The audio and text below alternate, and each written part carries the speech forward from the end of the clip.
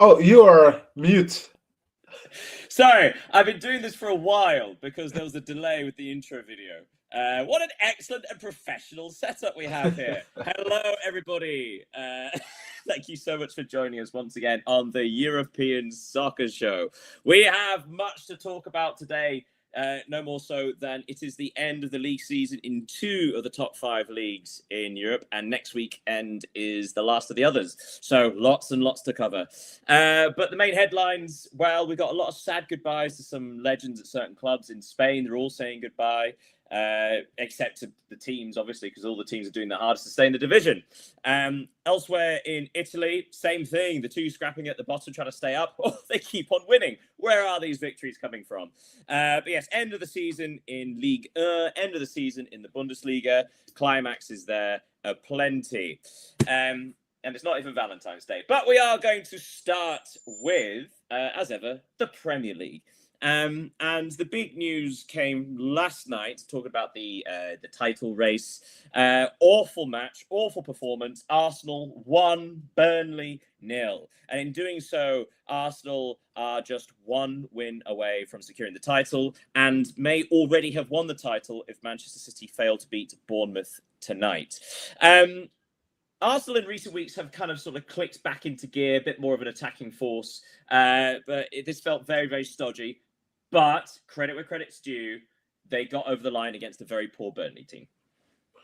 Yeah, as you said, it was a poor game from a poor performance from Arsenal yesterday. They can even be happy with not ending the game with 10 men because of Havertz's foul that should have been sentenced by a red card, in my opinion. But the main thing about that game is that Arsenal won, and that's the only thing supporters will remember if they are to win the Premier League in the next few hours or days. There was a little bit of tension, a little bit euphemism, of course, because we could feel that they were not, I wouldn't say afraid, but this was an historical moment for Arsenal because they are now only 1 point away from the title. So they absolutely needed this win, and it was more difficult than the opponent should have been, with Burnley being already relegated. Yeah. Some might say, some have been saying if they do win, they'd be the worst champions in the Premier League history. However, we should point out, still champions. Yeah. Like I say, Manchester City need to beat Bournemouth at Bournemouth tonight in order to keep the title race alive. Otherwise, Arsenal do win. That's only because Manchester City played at home against Crystal Palace in midweek, where they won 3-0. A couple of excellent Phil Foden assists in that match, particularly one that was a beautiful back heel, which was fantastic. But the big news for Manchester City, apart from the fact they won the FA Cup on Saturday, do you want to speak about that? No, thought not. Right. But they won 1-0 through an excellent Antoine Semenyo goal. But the big news, of course, the announcement that Pep Guardiola will be leaving Manchester City at the end of the season. So the first question is to cover. Do you think Manchester City regret the news coming out now? Because, of course, having won a cup double with the League Cup and FA Cup, it's a pretty good haul for his last year. But also, they are still in a title race, and this feels like the sort of news that can derail that. Yeah, but if we are being honest, there is 99% of observers that know that Arsenal are going to win the Premier League. Well, we should point out this news did come out before the game last night, so yeah, we don't know if it's had an effect. But the fact is that it has come out in an unopportune moment. Yeah, as you said, but for Manchester City, I don't think it changes a lot. The players, maybe I think they already know that Pep Guardiola is going to leave at the end of the season.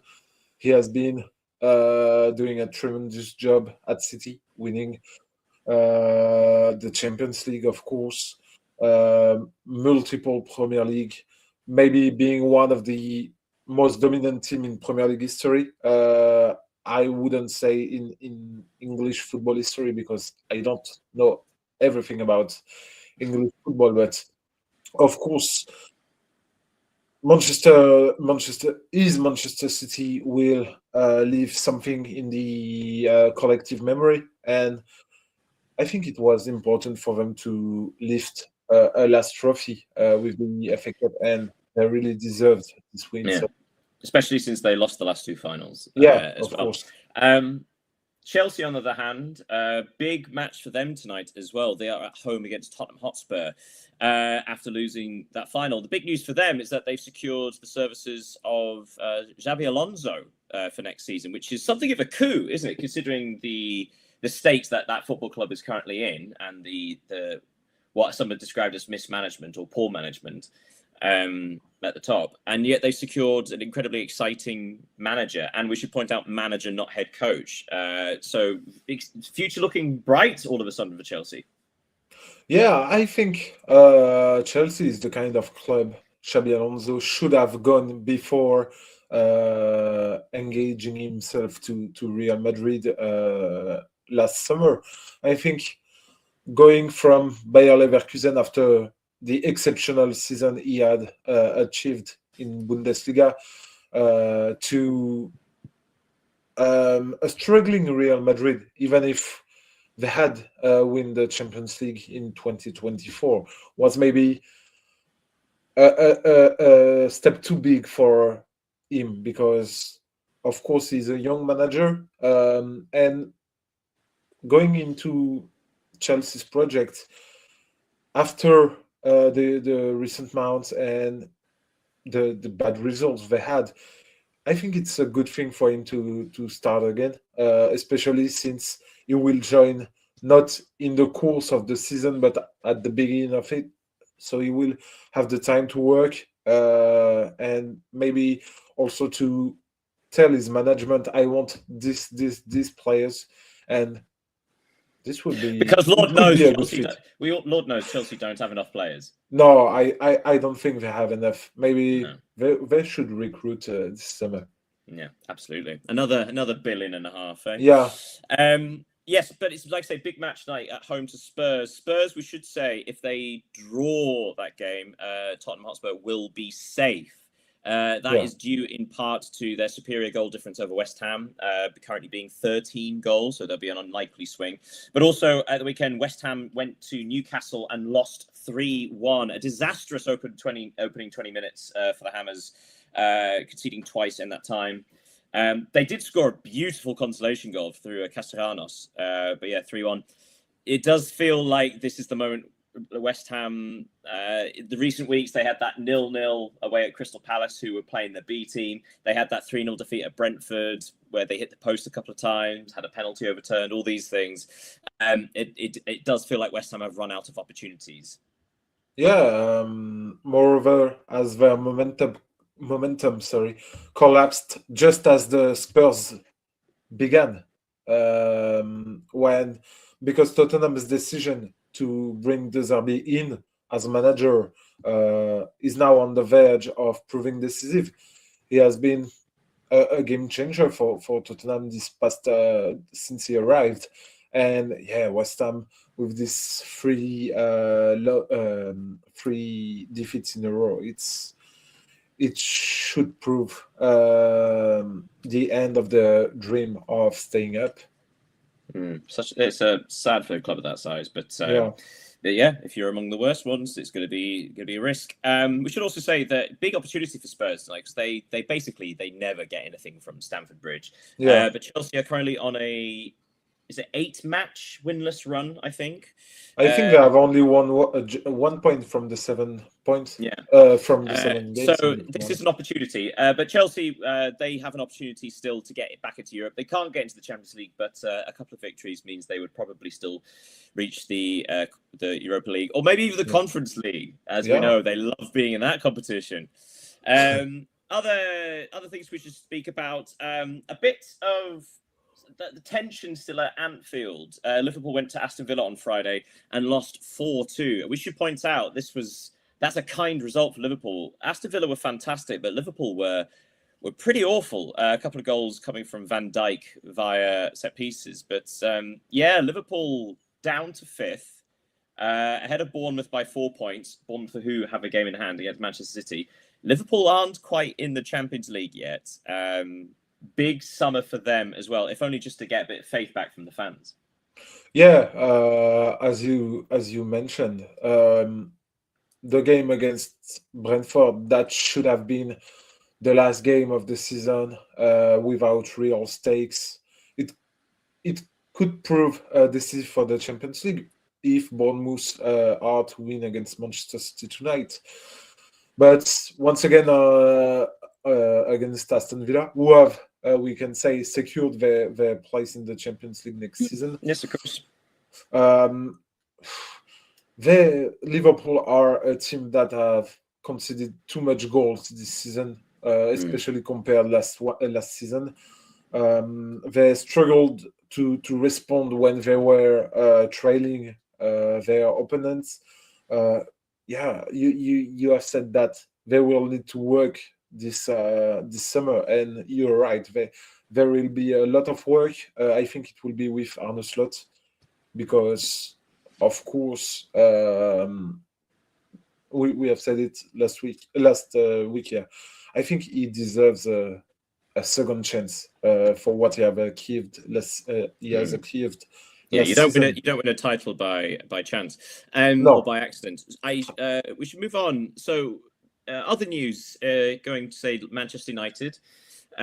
We should be talking about the fact that they've offered a contract to Michael Carrick, who apparently it's very close to being confirmed. But instead, we need to talk about what are the goals, because there's a theme around this weekend in the UK about what the hell is handball anymore.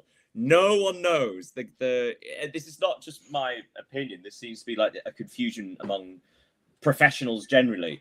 For example, Manchester United defeated Nottingham Forest 3-2, but the Mateus Cunha goal, the ball clearly was controlled by Brian Mbeumo in the build-up to the goal, and he clearly got an advantage from it, and yet it was not. And VAR ruled that the referee should go to the screen and have another look at it, and yet he decided not to. So it feels, first of all, it feels incredible that goal was given, but secondly, something has to change, doesn't it? Because, spoiler alert, but later on we're going to talk about the Scottish Premiership, and there is so much controversy about what is handball and what isn't. It feels like the officials can't win, and they've only got themselves to blame.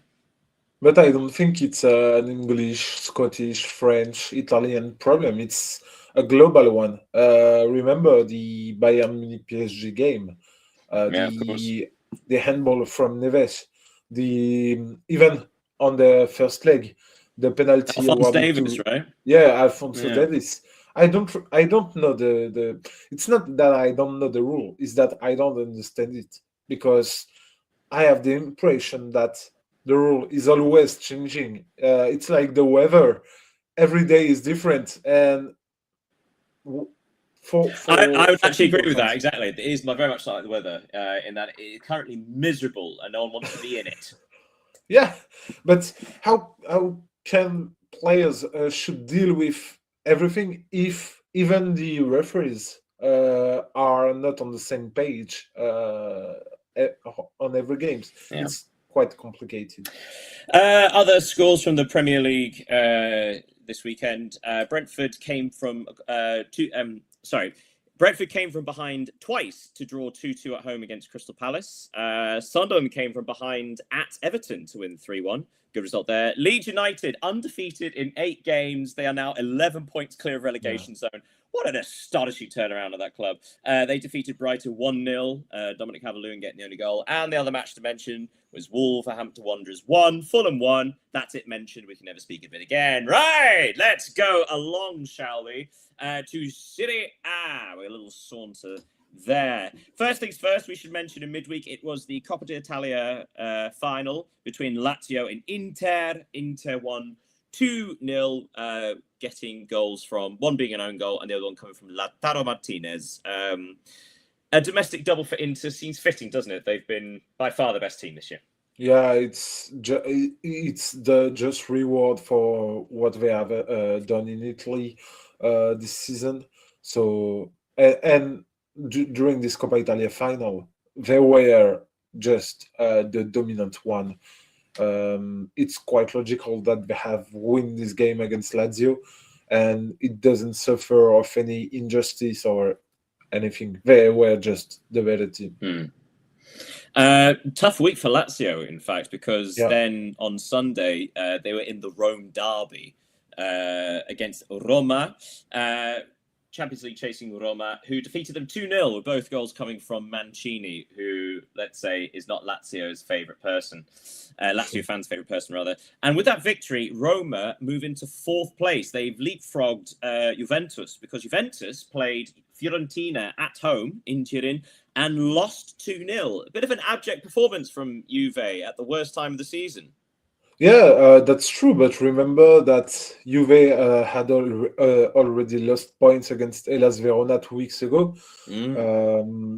Now their chances of qualifying to the Champions League are really slim. In fact, sorry to interrupt, but we should point out, in fact, they've been overtaken by Como as well. Como, who defeated Parma 1-0 at home. So 3rd place are AC Milan, who defeated Genoa 2-1. So Milan are on 70, Roma are on 70, Como on 68, Juventus are on 68. So just the 2 points separating 4 teams, all to play for in the final week. But yeah, it does feel like Milan just about getting over the line now after their ridiculous form recently. But Juve, this was kind of unexpected, wasn't it? They've been in such good form recently. Yeah, but their season is once again a disappointment, because remember in the Champions League they were knocked out by Galatasaray in the round of 16. Now they are sixth in the league. They are unlikely to qualify for the Champions League next season, because just take a look at the fixtures of next week in Serie A. Juventus, so they will play Torino in the derby. But the thing is that Milan will play Cagliari at home. Cagliari were 16th, and Roma, they will travel to Verona. So I don't think these two teams will lose points. And in fact, Juventus will only finish 5th or 6th and qualify for the Europa League, which is not the competition they should be playing. Yeah, especially when you consider the position they've been in the last couple of weeks. Yeah. Absolutely. Elsewhere, as I said, Milan won at Genoa. Napoli have all but confirmed their 2nd place finish. Napoli went to Pisa and won 3-0. They need basically not to lose by a lot of goals and they'll finish 2nd. But they have confirmed their qualification for the Champions League, which means their signing of Rasmus Højlund has been confirmed, because his loan targets have been reached. But also a mention for Scott McTominay. Scott McTominay scored in this goal, as well as Højlund, which is, he's just reached 10 goals for the season, and he's become the first midfielder to score 10 goals in consecutive seasons since, do you know who? In Italy or in Italy, I think. It was another Napoli player. It was Hamšík, who is regarded as an absolute legend by the club. So that really is just talking about how much McTominay not only is important to Napoli, but is loved by the fans. He's becoming that icon they so adore. Moving away from the Champions League race, we should probably look at the bottom, because both you and I thought that Lecce and Cremonese would lose this week, and then next week they're both at home and it could be a big shootout. It's like, no, shows what we know. First of all, Cremonese went to Udinese and they won 1-0 thanks to Jamie Vardy's party bus still continuing. But Lecce went to Sassuolo, who've had a fantastic season. Lecce led 1-0, then again 2-1, pegged back twice. But then Štulić for Lecce got a winner in the 6th minute stoppage time. Cue limbs. So yes, both Lecce and Cremonese are winning, which is both teams' second victory in 3 matches.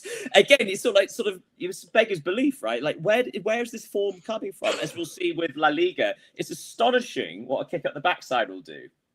Yeah, I think it's survival instinct. But to be honest, I think Cremonese's victory came too late because they will face Como in the next round, even if they are going to play at home.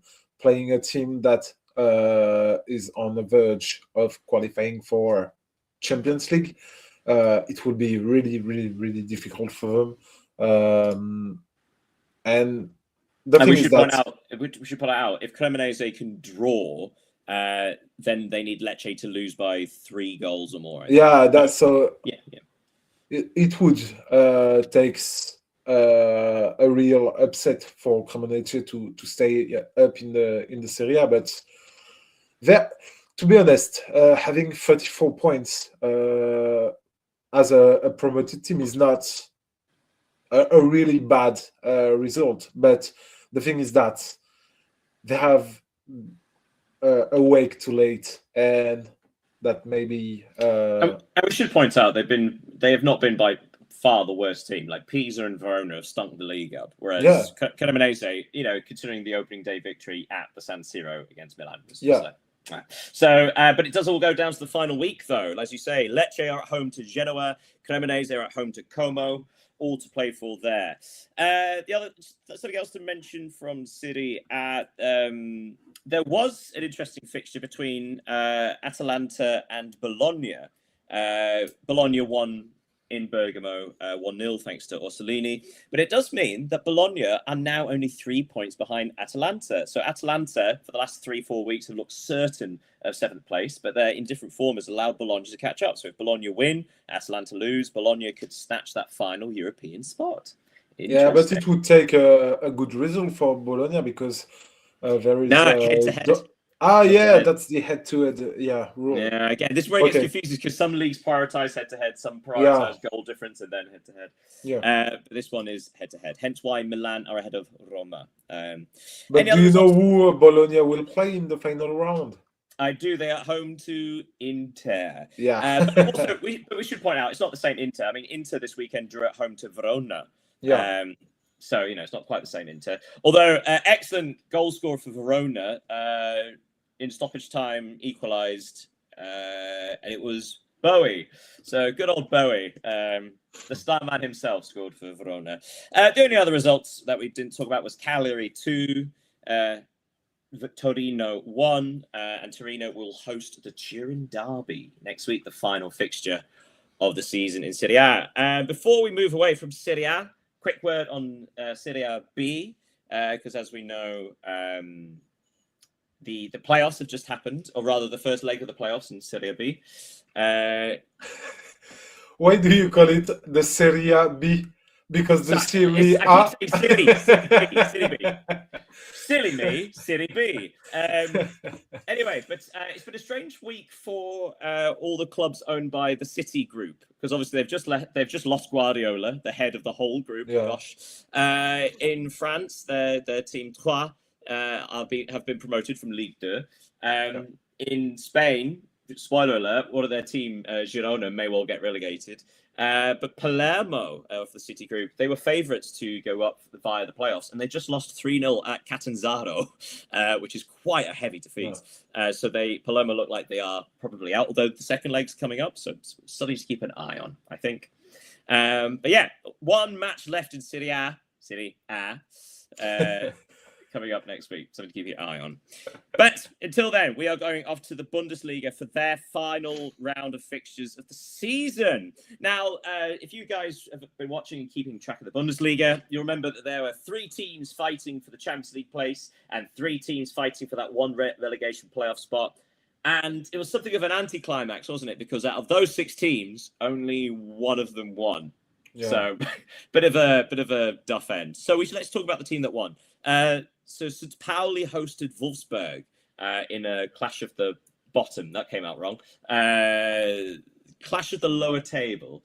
And Wolfsburg winning 3-1. A precious victory, which means Wolfsburg will finish in 16th place. So they finished in the relegation playoff spot. St. Pauli finished bottom, and Heidenheim, who lost at home 2-0 to Mainz, will also be relegated. So St. Pauli and Heidenheim are down.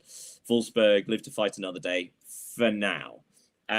First of all, credit to Wolfsburg, because again, they managed to find 2 victories in the last few weeks. That very precious. It gives them a fighting chance. But also it's sad to see Heidenheim go, isn't it? Because they put up a hell of a fight. Yeah, I was quite sad for Heidenheim not to survive because of what they have achieved in the last weeks. But I'm also glad to see Wolfsburg have their chance to stay in the Bundesliga, because it is of course a big club. But even if Heidenheim had win their games against Mainz, the goal difference would certainly have prevented them from climbing into the 16th place. Now, just to precise that Wolfsburg will play Paderborn in a 2 legs playoff to know who will be in the Bundesliga next season. So it will be interesting to see that. And yeah, Wolfsburg, congrats to them to haven't suffered the pressure of a relegation. So yeah, as you mentioned, Wolfsburg will play in that playoff against Paderborn. Paderborn, who managed to get through the playoffs in the Zwei Bundesliga. They will face them next week, I believe.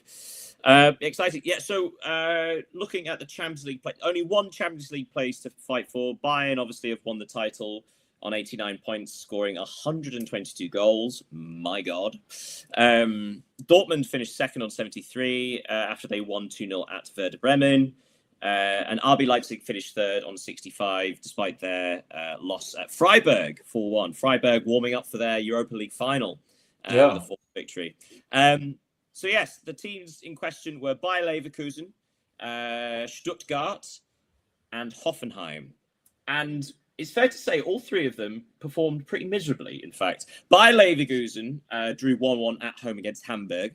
Stuttgart threw away a 2-goal lead to draw 2-2 at Frankfurt. And Hoffenheim lost 4-0 at Borussia Mönchengladbach. I suppose my first question is, are you going to give credit to any of them, or do you think these are actually like significantly poor performances, especially from Leverkusen, who, being at home, had a real chance to get the victory against a lower part of the table side? But yeah, who are you most disappointed with in this? Do you think Stuttgart could deserve congratulations, or was it just like a best of the worst kind of situation? Oh, I want to congratulate Hoffenheim between these 3, because even if, of course, it's a disappointing result for them to have been beaten by Gladbach and only playing in the Europa League next season, they must be proud of what they have done, because if you remember, last season they were on the brink of the relegation. They finished 15th in the league, and yet this season they qualified and battled for the championship spot. So it was a real good season for Hoffenheim, and it is a good season for them. It's been almost 10 years that they hadn't performed that way. So yeah, it's I think this season is a success for them. It's a fair point. We should say as well, they were losing 2-0 at Mönchengladbach before they had a man sent off in the first minute of the second half for a second bookable offence. So it was always a long way back from that. Yeah, I suppose Stuttgart led 2-0, as I mentioned before.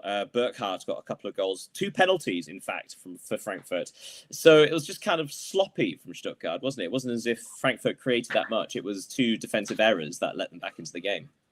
Yeah, as you said, but it's Stuttgart had mixed results this past weeks.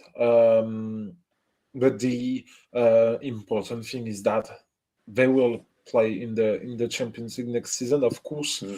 And congratulations to them, because it shows a kind of consistency, because They had finished second 2 years ago, if I'm not mistaken. They are now fourth. They will play in the Champions League again. So their project is solid. And of course, next week they're in the cup final against Bayern. Of course. So actually, the last few years have been brilliant for Stuttgart, haven't they? Yeah. And actually, they've had another fantastic season. Champions League qualification, another cup final. They're second in a row, defending champions. Yeah, it's a good time to be a Stuttgart fan. Yeah. So they finished fourth. Hoffenheim finished in fifth, going into the Europa League next season. Leverkusen in sixth. We should say, as I said, Freiburg. So let's have a quick word on Freiburg. So they finished seventh. And as I mentioned, they warmed up. So tomorrow night they face Aston Villa in the Europa League final, and they warmed up with a 4-1 victory at home to RB Leipzig. Now, obviously, Villa are the big favourites for that game, but Freiburg are in excellent form at the minute. So how much of a chance do you give them? I would say that Freiburg have 45% of winning against Aston Villa, because now that they have assured a European qualification for next season, they don't have any pressure of the results, except for the title, of course. And there is a motivation for them, is that if they beat Aston Villa, they will be qualified in the Champions League next season for the first time in their history. And they have missed these opportunities for 3 or 4 years now. So it's only bonus for them tomorrow. And it will be very interesting to see that thing. And just to finish with that, I want to have a quick word on Frankfurt. We will hope Freiburg to win this one, because I think it should help them to qualify for the Conference League. I think you're right, yeah. Yeah, and because it's the first time in 6 years that Frankfurt haven't qualified for European competition, so it's a real failure for them. Yeah. Strange year for them, but of course the rise of Hoffenheim as well has put another competitor among them.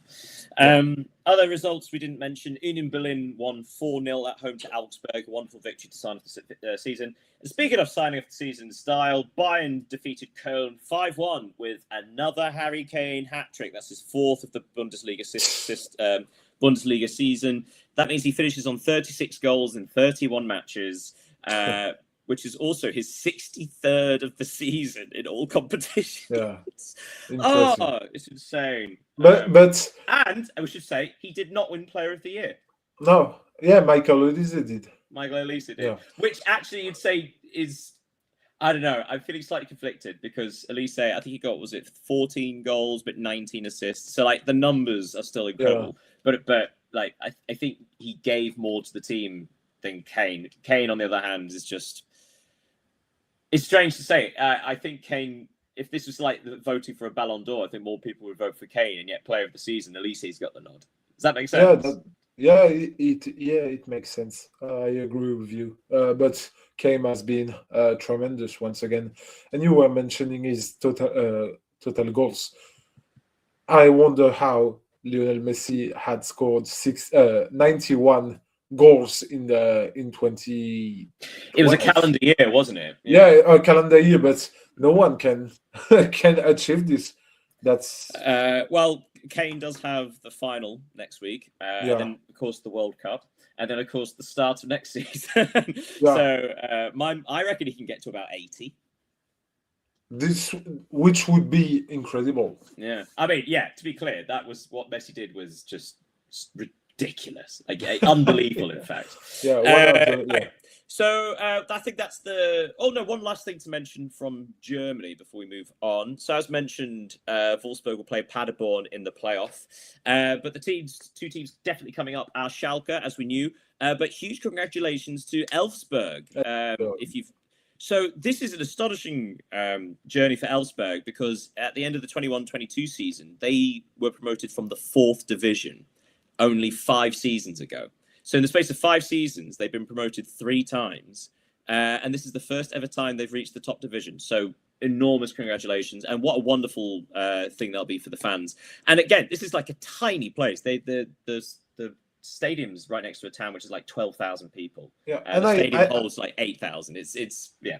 Yeah, and I saw that they don't have any city hall and train station, which is funny. Away days are going to be tricky. Yeah, Yeah. true. But anyway, so huge congratulations. We look forward to talking about them endlessly next season. Right, so Auf Wiedersehen to the Bundesliga and Germany. It's time, guys. It's La Liga. Let's try and make sense of this. It's all about the relegation battle because, quite frankly, before last week, it still involved 12 teams in the relegation fight. Yeah. So, like 12 teams could still feasibly get relegated. We should say the first team to be confirmed was Real Oviedo, so they were definitely down before last week. But the huge surprise is that we have another, well, almost confirmation of a side being relegated, and that's Mallorca. Mallorca, who in midweek lost 3-1 to Getafe before losing the big game away to Levante 2-0. So disastrous for Mallorca, which is strange because I remember about 7-8 weeks ago, Mallorca had gone on a wonderful run to get out of trouble. And again, as we keep saying, like the second one team gets good form, they get sucked back in because every single team is finding that form. It's almost cruel, but it's also wonderful to watch, isn't it? Yeah, it is. And do you know what is the strangest thing about Mallorca? Tell me. Is that Vedat they Muriqi, have the second top goal scorer in the league. with 22 goals, Yeah. which is impressive. So Vedat Muriqi has literally scored 50% of Mallorca's goal this season. So, and today they are unlikely to stay in La Liga. Now, we should point out, the reason is they are on minus 13 as a goal difference, and teams that are 3 points ahead of them, Elche are minus 8, Osasuna's minus 5, Levante's minus 13, so that's doable, but then head-to-head, I think they'd lose that anyway. So Mallorca, feasibly, if they win by 4 or 5 goals, they could still stay up. Now, the interesting thing is, you know who they play at the end of the season? No. They are at home to Real Oviedo, bottom of the table, tapped out. So it's not impossible. No, but it's not. But this is what I mean by but it does seem like even this relegation improbable. Battle, yeah. But it does seem a shame, doesn't it? Because Mallorca, again, we would never say like they've been one of the 3 worst teams this season because there have been regular points in the season they've been good. Yeah, but the thing is that some teams have been good at some moments of the season. Remember Elche at the beginning of the season, they were in the European race. Espanyol too. We were talking about them to qualify for the Europa League. So Osasuna had one of the best home record of the whole league. So it's some team. Every team had their momentum. Yeah. Speaking of which, Espanyol, they were winless this entire calendar year until last week, and then suddenly 2 matches, 2 wins. Espanyol, they defeated Athletic Club 2-0 at home in midweek before they went to Osasuna and won 2-1. So suddenly, Espanyol are unbelievably no longer in a relegation battle, and they could still qualify for Europe if they win the last game of the season. They're not go the way. It's insane. What's the other team you mentioned? Elche. Elche, another great week for Elche.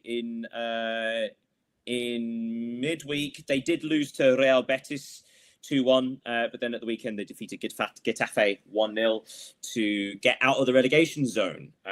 So that's 3 wins from 6 for Elche. Going into the final game of the season, I'm sure you know what I'm going to ask. So the team currently in 18th place in the relegation zone are Girona. I mentioned it earlier. City Club owned Girona. Girona have had a terrible week. They drew 1-1 against Real Sociedad. Not a bad result by any stretch. But then they lost 1-0 at Atletico Madrid. So Girona, it all comes down to this. They are at home to Elche.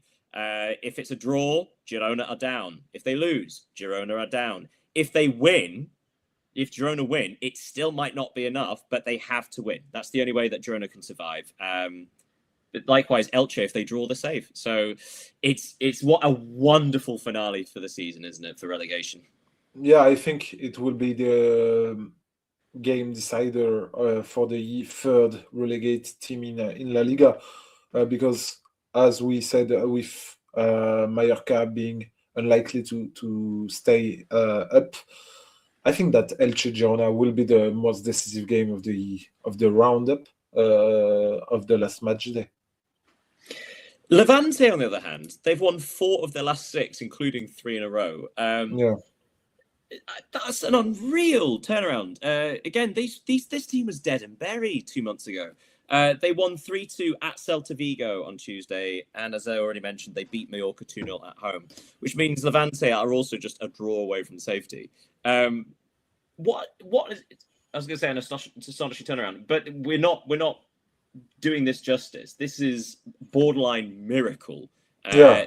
They've won something like 33 of points in their last 19 games. This is European chasing form. And this is a team that was, for all effects and intents and purposes, relegated already. So yeah, nothing but applause for the manager, who again has done an astonishing job.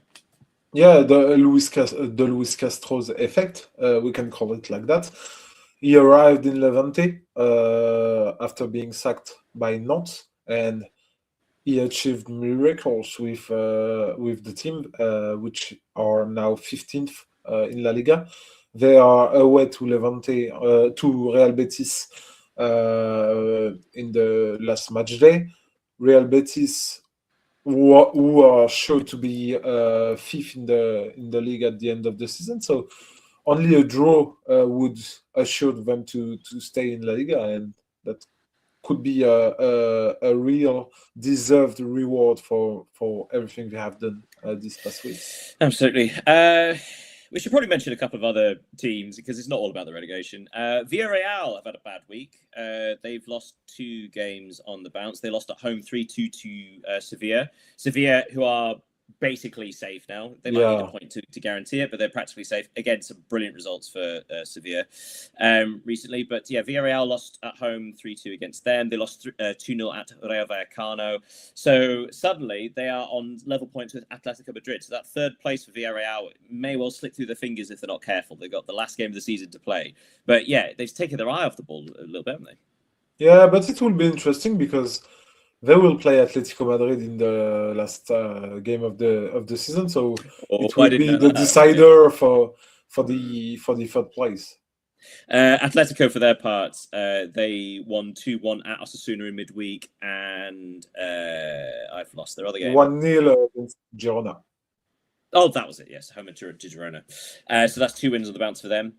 Anything else we should really mention? I'll tell you what. We've been talking about the relegation spot, but some of these teams are fighting for the last European place because Rayo Vallecano are through to the final of the Conference League. You've got Getafe currently in pole position in 7th place, but you've also got Rayo Vallecano. Valencia are now suddenly in with a shout, which is crazy. Yeah. They won. Was it 3 wins on the back? No, 3 wins in the last 7. They're undefeated. Oh, sorry. No, I'm looking at Vallecano. 7 points from the last 3 games. Valencia could well get a European spot. But Real Sociedad, Espanyol, Athletic Club. Now, we should say Sociedad, Espanyol, Athletic Club, they're all sort of, their goal difference probably means they can't quite do it. But, of course, Sociedad are already in Europe because of the cup win. Regardless, this is a huge achievement for Getafe and Rayo Vallecano. Vallecano for getting back-to-back, potentially back-to-back seasons in Europe, and if they win the Conference League against Crystal Palace, that's another European trophy. Getafe, on the other hand, turned their season around quite early doors and finished so strongly. It's astonishing seeing what would be described as lower middle class teams. So like the middle class teams such as Valencia, Real Sociedad, Athletic Club, the clubs that are used to sort of challenging for European competition, though maybe not Champions League every single year. But suddenly all these teams have scrambled and dragged them down. And it's brilliant to see this equilibrium, right? This equity between teams. It's just so competitive, and it's thrilling to watch. Yeah, we have to say that these teams can play in European competition because of the creation of the Conference League. but it doesn't.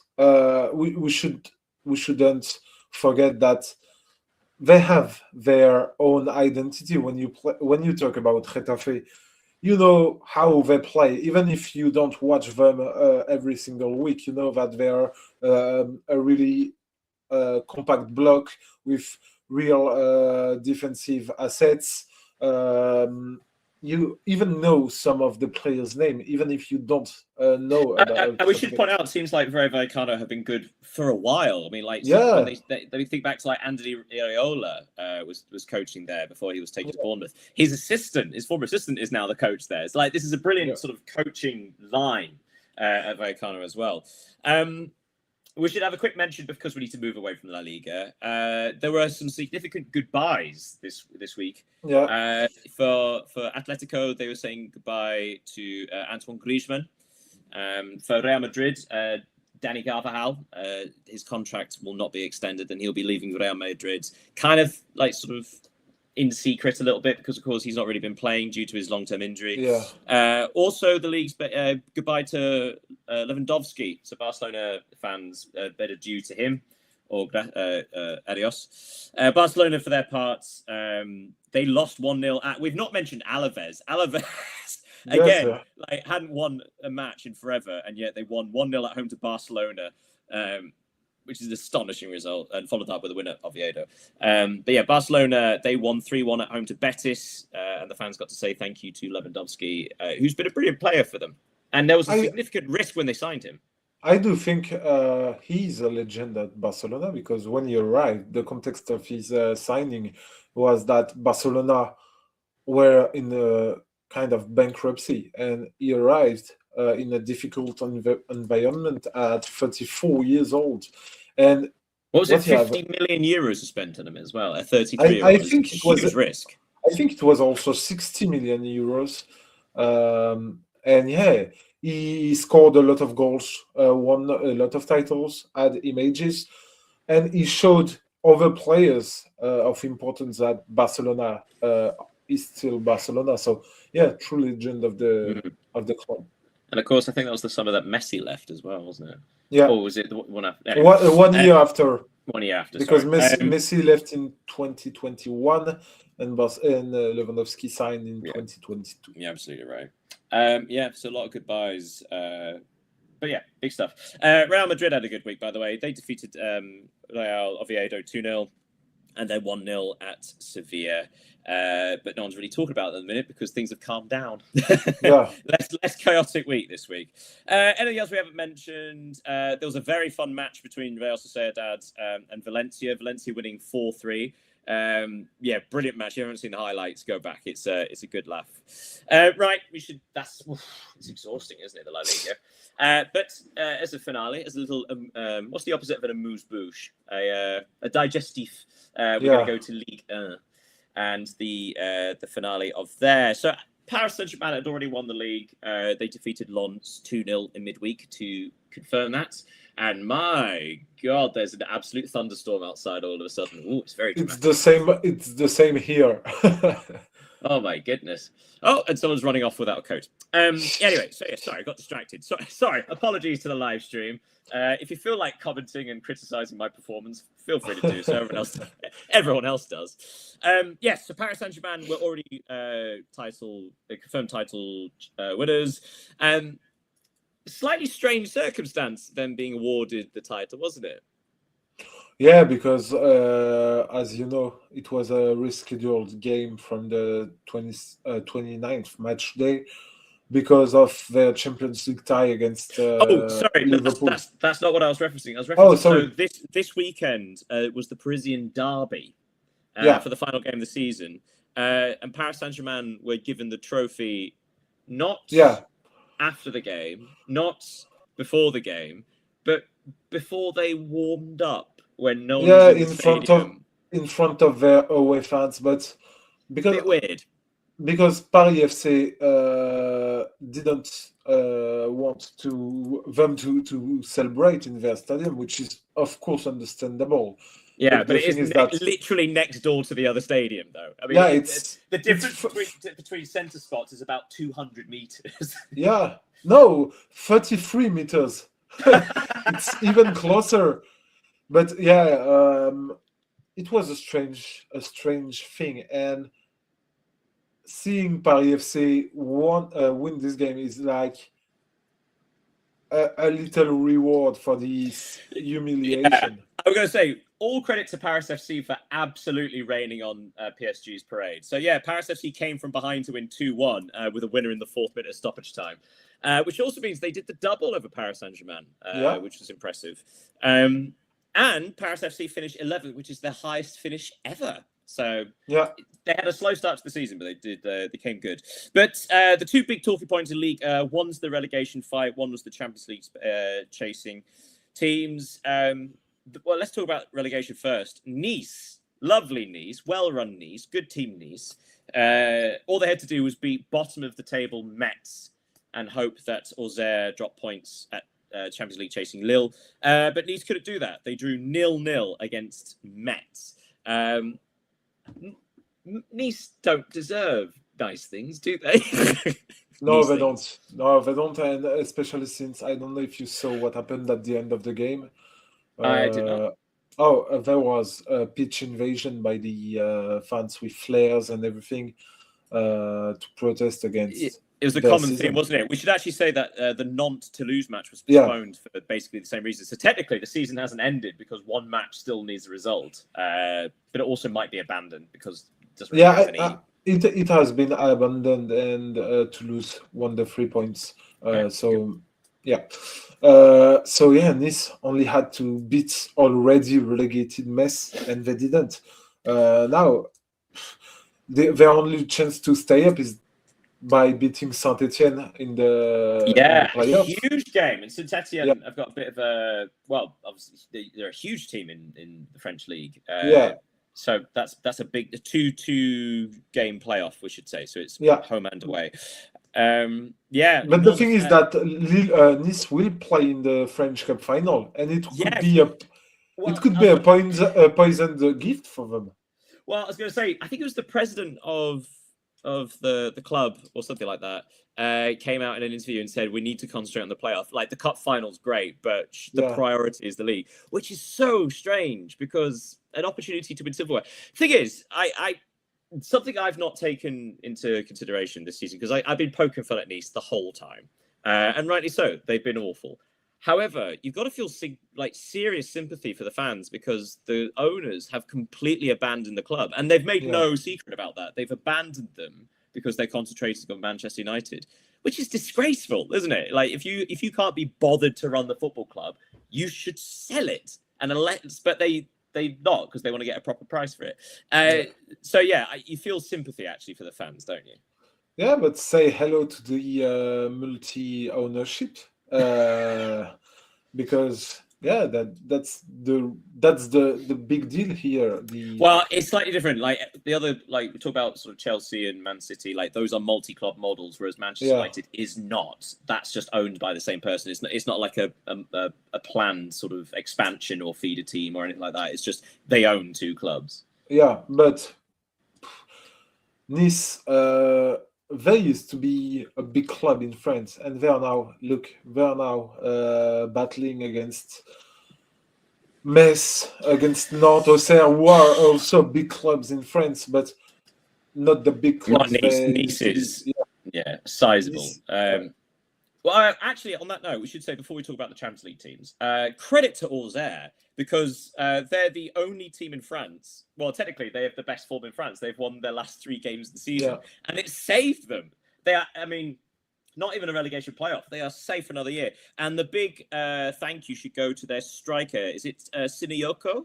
Sinayoko, yeah. Who has scored, I think, 14 goals this season, which is a bit like Mallorca, right, in Spain. The fact that there's one striker carrying them. Great player because he was refused to join Lens last summer by his club, and finally he stayed and scored 14 goals, as you said, just to make them stay up in the league. So great story and great man, good Yeah, prize. hopefully he gets his move this year then, considering that's Yeah, like, I think. hey, I did that. Right, let's talk about the Champions League teams. So we said Auxerre won. Well, they were at Lille, third place Lille, who only needed a win to confirm their Champions League status. They did not. They lost, which meant that it was over to Lyon to take advantage. They did not. They lost, which meant it went to Rennes to take advantage. They did not. They lost. So, so in a strange case, it was again a bit of an anticlimax in that sense, although a very tense one, I imagine, for you. Let's talk about Lille first of all, because they were at home to Auxerre. Is it fair to say that Auxerre just basically wanted it more? Like they felt like they really fought for it, as opposed to Lille gave it away. No, Auxerre deserved their win. They have seen one of their goals disallowed also. So it showed that they had scored 3 goals. But we have said it in the past weeks. Auxerre deserves to stay in La Ligue for what they have shown this season. But let's concentrate. But like Lille specifically, it's almost like they qualified for the Champions League by default, because the last few weeks they actually have dropped points. But it just so happens that all the other teams around them have also dropped points, usually when they played each other. So it was almost like Lille were good enough, but not necessarily brilliant. Yeah, but they had a really good run these past weeks. They were, I think, 11 points away from the third place back in the January or February. So they had a good run, and it allowed us to finally step up on the podium. So credit to them. Well, speaking of fortunate, though, Lyon, they played Lens' reserve team, essentially, as Lens sort of prepared for the cup final next week. Lyon at home lost 4-0. What the hell happened? Terrible game from Lyon. They completely failed to turn up for the match. And Lens just killed them on the pitch. It is a missed opportunity for Lyon. But if we are being honest, looking back at what happened last summer, if you had tell Lyon supporters that they would finish 4th, of course everyone would have signed. But the thing is that there were hopes for Lyon to qualify directly for the Champions League next season. And this is kind of disappointing to not achieve this. But we should say Lyon are through to the qualifiers for the Champions League, finishing 4th, ahead of Marseille. Marseille squeaked into 5th place. They won the last 2 games of the season, including the last game at home to Rennes. Marseille winning 3-1. It felt like Rennes just ran out of steam. They did so well the second half of the season and absolutely deserved European football. But Marseille just caught them on an off day, didn't they? Yeah, Marseille needed this win because of their terrible season. Not to have qualified for European football next season would have been a real drama for Marseille. So thankfully, they are now in the Europa League, a competition in which they could hope to go at least to the quarter or semi-final. So it was important for them. Marseille finished 5th, Rennes finished 6th, ahead of Monaco, who finished 7th, who may yet still get European football if Lens win the cup against Nice. Other results to tell you. I'll tell you what, great week for Strasbourg. It's been a terrible time because obviously they lost 2 separate semi-finals in recent weeks. They can't qualify for Europe themselves, but they finished the season in some style. They were losing 4-1 at home to Monaco with half an hour left and ended up winning 5-4. Gary O'Neill's men doing something disgusting to Monaco. It felt good for them to finish on a high because it has actually felt like a good season for Strasbourg, even if they haven't finished in the European places. Yeah, it was a good thing to finish on that note. But of course, it's a failure because they abandoned the league and their opportunities to qualify for the European competition just to focus on the Coupe de France and on the Conference League. And finally, they will not win any title and not qualify for the European Cup. So it's a mixed season for Strasbourg, as their brothers' season. I think it's sisters. Yeah. Okay, well, that's it. That's the end of our roundup for all the 5 major European leagues this week. Anything we might have missed from you?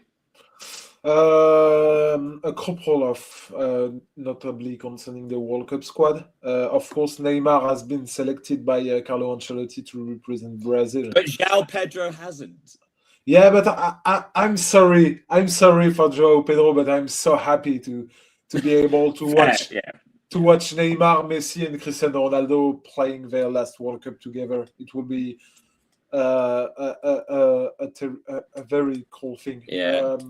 I also saw that Ertz of Midlothian, goalkeeper, has been called up by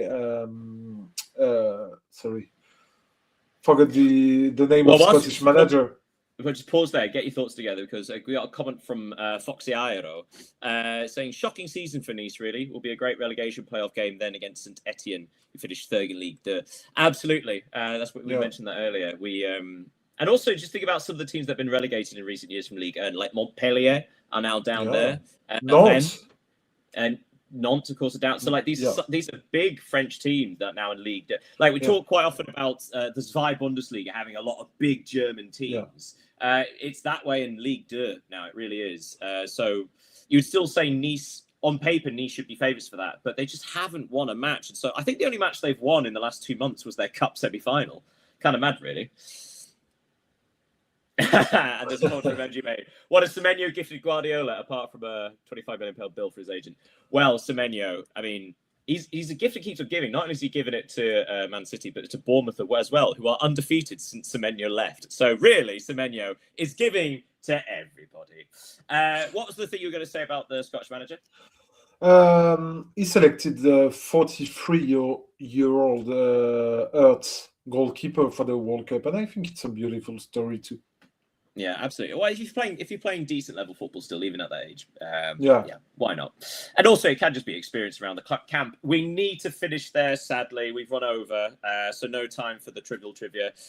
Just a quick word on Jose Mourinho, who finished the Portuguese Primera season undefeated with Benfica, but finished third and misses out on the Champions League. Oh well, and that, of course, is probably the next Real Madrid manager. And have you seen the name of his successor? I have not. A former Manchester United manager. There are so many of recent weeks. A Portuguese one? No. Is he? He is. Amorim's going to Benfica. Yeah, Amorim is going. Should go to Benfica according to reports. Yeah, but that's dirty, isn't he? Going from Sporting to Benfica. Yeah. That's just, you don't do that. Anyway, sorry. Last comment from NJB saying, Endrick to Arsenal, watch this space. I'll watch it very carefully, but my money's not on that. No, but that would be interesting. It'd be fun. But anyway, we've run over. Stop distractions, NJB, with your titillating comments. Right, we need to stop. Thank you so much, everybody, for watching live. Don't forget, if you ever want to send comments, you can do so live or on the video after it's posted. Feel free to do so. We do try and respond to everybody. Thank you, Leo, as ever. Thank you, Daniel. Thank you, Foxy and NGB, for your comments. Thank you to everyone who have watched this show. And please, next time, comment before like the last minute, so we have time. Yeah. And you can subscribe on our YouTube channel if you want. Absolutely. Join us next week, where we've got the finale of the seasons in Spain, in Italy, and in the Premier League as well. As watch out for the German Cup final, the French Cup final. We've got midweek, we've got the Europa League final. Oh, it's that time of the year. Right. Goodbye, everybody. Have a great old week. We'll see you next time. Goodbye, everybody.